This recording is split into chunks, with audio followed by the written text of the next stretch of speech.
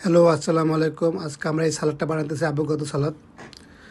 প্রথমে শসা, টমেটো, পেঁয়াজ, মরিচ এগুলো ধুয়ে দিয়ে আমরা সুন্দর করে কাটতেছি। আপনারা ভেবে কাটে নেবেন। কাটার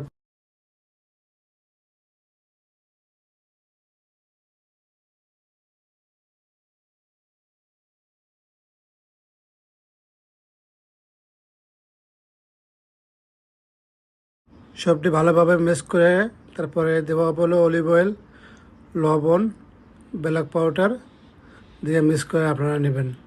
নিয়ে এটা মিক্স করে পরে খাবেন।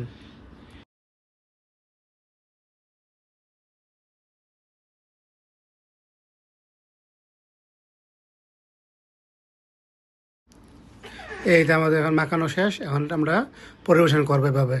এভাবে আপনারা বানায় খাবেন, সুন্দর লাগবে খাইতে, সেই স্বাদ। একবার খেলে আবার খাবেন, বারে বারে খাইতে মন চাইবো।